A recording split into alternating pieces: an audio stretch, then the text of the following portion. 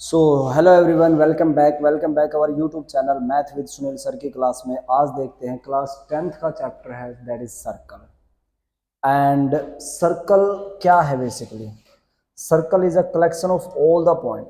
Circle is collection of all the point which are at a constant distance from a fixed point, and this fixed point is called what? Center। ठीक है। सो ये basically क्या है? Circle है। ठीक है। ये जो सर्कल है ना, ये जो सर्कल है दोस्तों, आप देख रहे हो, ये क्या है? ये पॉइंटों का कलेक्शन है।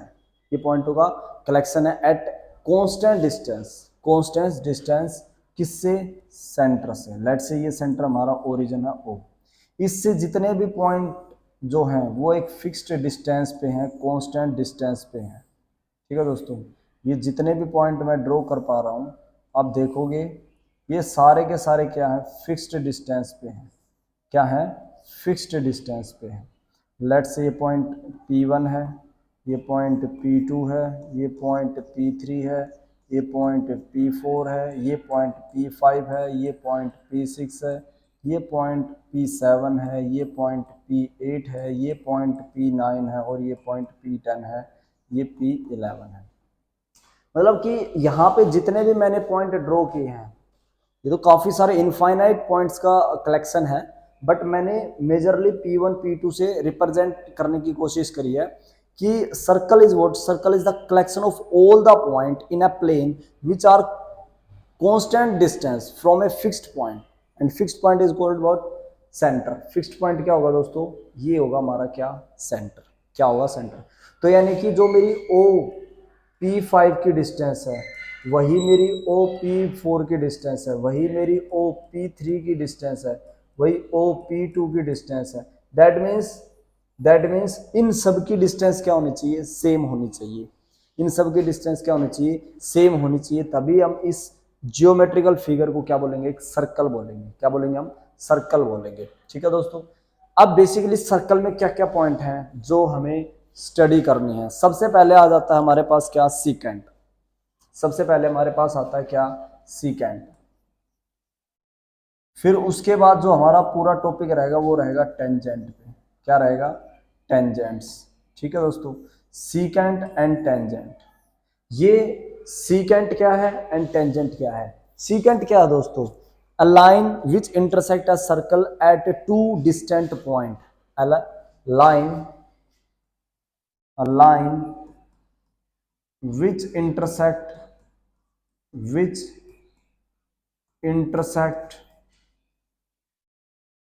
at two distinct point। Distinct मतलब अलग अलग, डिस्टिंक्ट मतलब अलग अलग पॉइंटों पे क्या करेगा? ये क्या करेगा? इंटरसेक्ट करेगा। सेकंड क्या करेगा?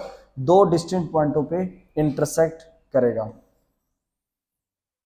जैसे कि मैं यहाँ पे एक सर्कल और बनाता हूँ, तो सीकेंट क्या करेगा? ऐसे दो पॉइंटों को इंटरसेक्ट करेगा।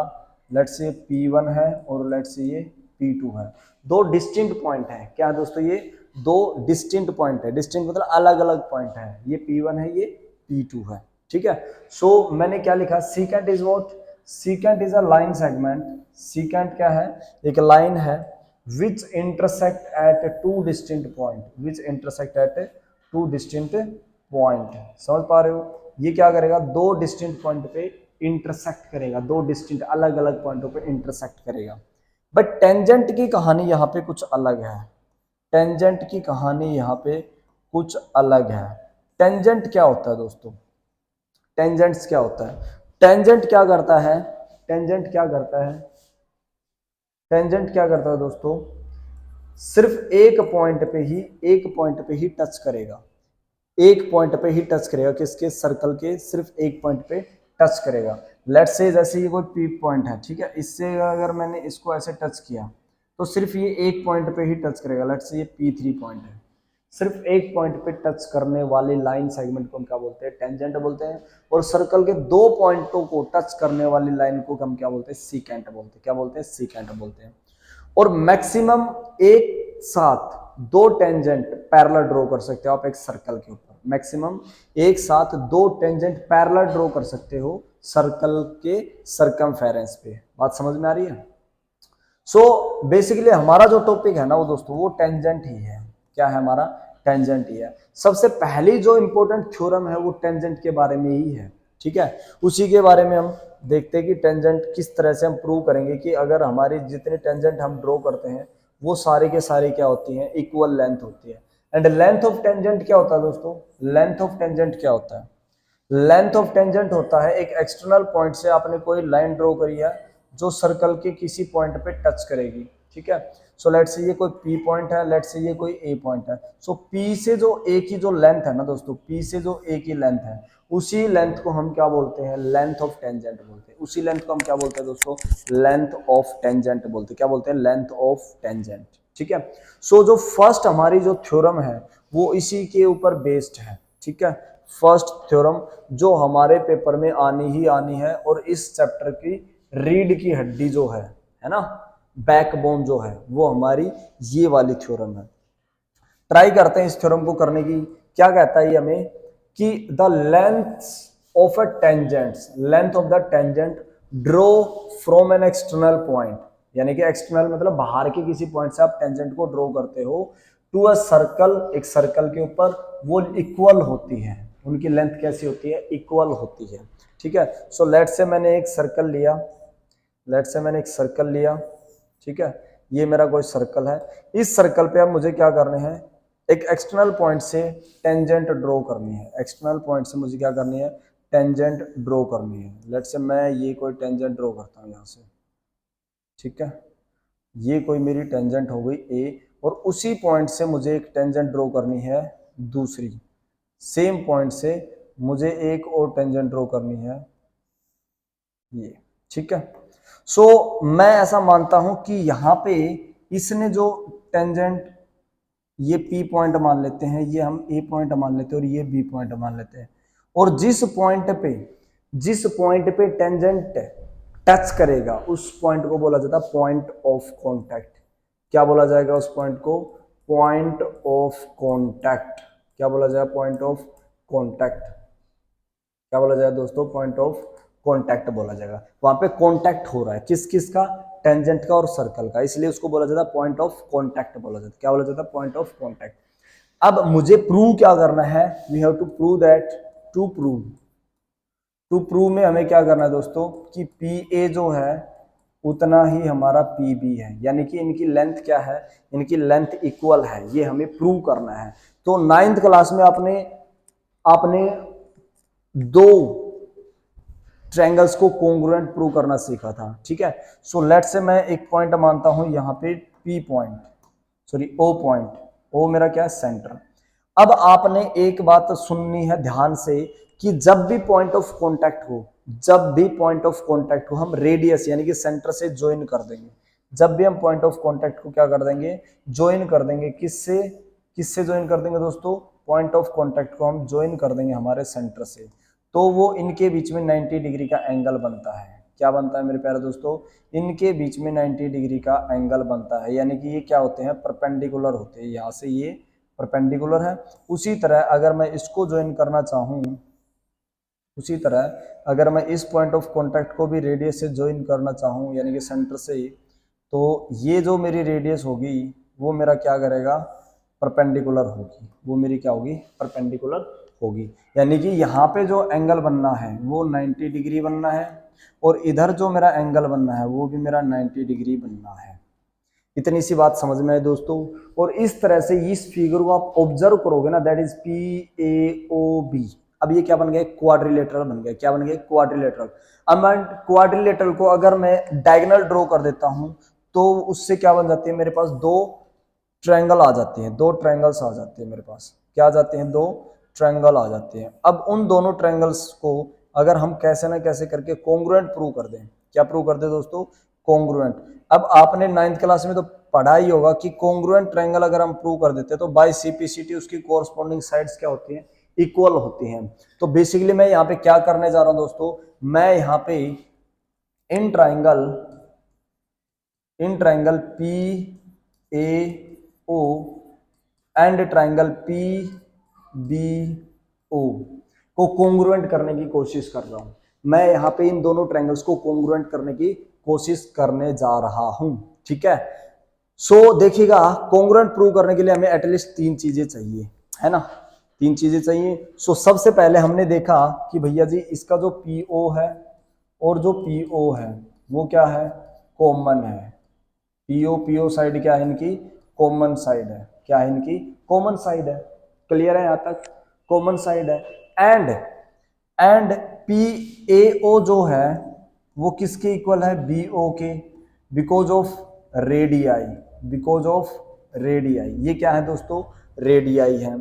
एंड एंगल A जो है वो किसके इक्वल है, एंगल B के, बिकॉज ऑफ एच 90 डिग्री। क्या हो जाएगा, एच 90 डिग्री। तीनों चीजें मिल गई।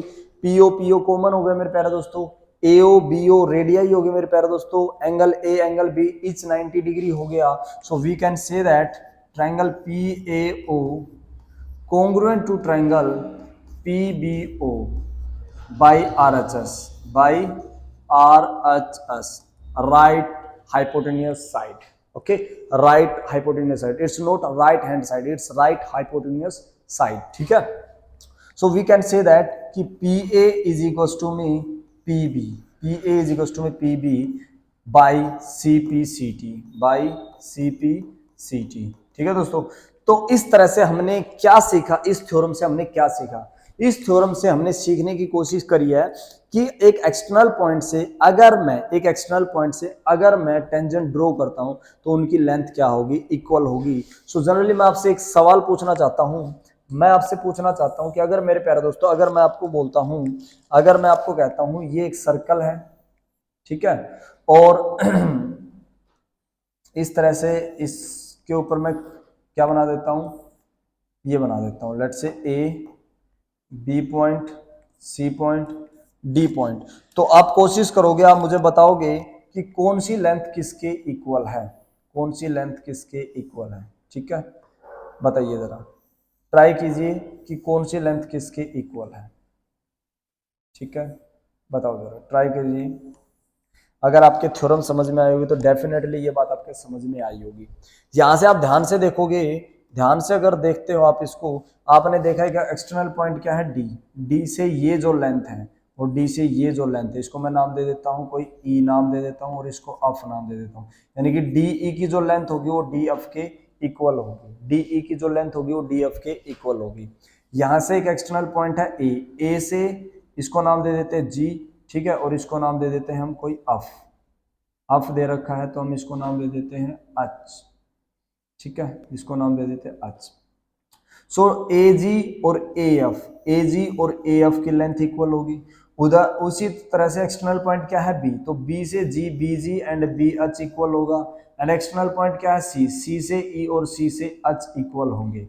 बात समझ में आई होगी कि एक्सटर्नल पॉइंट से अगर मैं दो लाइनें ड्रॉ करता हूं और वो सर्कल को टच कर रही हैं, और जहां टच करेंगे उस पॉइंट को हम क्या बोलेंगे, पॉइंट ऑफ कांटेक्ट बोलेंगे। तो यानी कि मैं ये कह सकता हूं कि जो मेरी AG की लेंथ है वो किसके इक्वल है, वो AF के इक्वल है। पहली चीज ये क्लियर हुई। उसी तरह जो मेरी DE की जो लेंथ है वो मेरे DF के इक्वल है, ये बात भी क्लियर हुई होगी। उसी तरह C से E की जो डिस्टेंस है और C से H की जो डिस्टेंस है वो इक्वल रही होगी, लेंथ इक्वल रही होगी। और B से G की जो लेंथ है एंड B से H की जो लेंथ है वो भी क्या रहेंगी, इक्वल रहेंगी, ठीक है।